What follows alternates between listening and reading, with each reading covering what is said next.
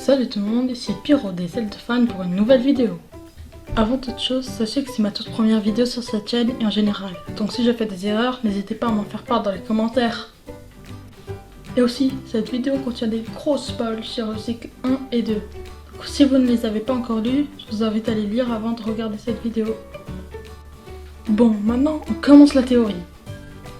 Vous vous souvenez lorsque Spectral apprend à Lune Claire que le pouvoir des ailes de nuit vient des lunes et que Comet aurait pu en avoir s'il aurait éclos dehors. On a tous ragé, faites pas genre.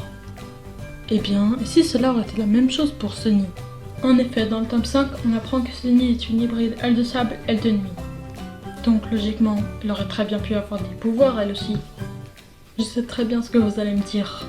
Oui, mais chez les hybrides, il y a plus de points communs avec la race de la mère que celle du père. Et vous avez raison. Mais plus de points communs ne veut pas dire pas de points communs. Par exemple, pour moi, il y a 3 types de points communs chez les dragons. Le mental, la façon de penser, le caractère, le physique, la couleur, la corpulence, etc.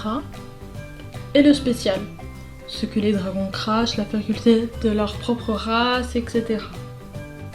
Maintenant, analysons tout ça. Tout d'abord, le mental. Sunny a un mental assez jovial et toujours de bonne humeur, ce qui ne se rapproche pas du tout de son père qui est tout l'inverse.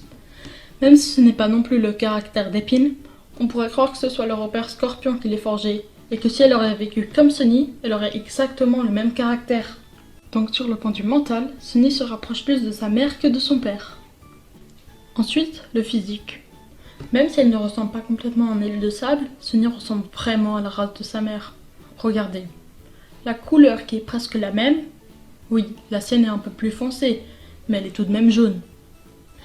La crête de Sunny qui est la même que tous les ailes de sable, oui, elle n'a effectivement pas d'aiguillon venimeux, mais ça on y reviendra plus tard. Finalement, le spécial. Sunny n'a pas d'aiguillon venimeux par rapport aux autres ailes de sable, donc elle a forcément le spécial des ailes de nuit. Et quel est ce spécial? C'est de pouvoir lire dans les pensées et avoir des visions ou les deux, si on éclot un soir où 1, 2 ou les 3 lunes sont pleines. C'est ainsi que s'achève ma théorie.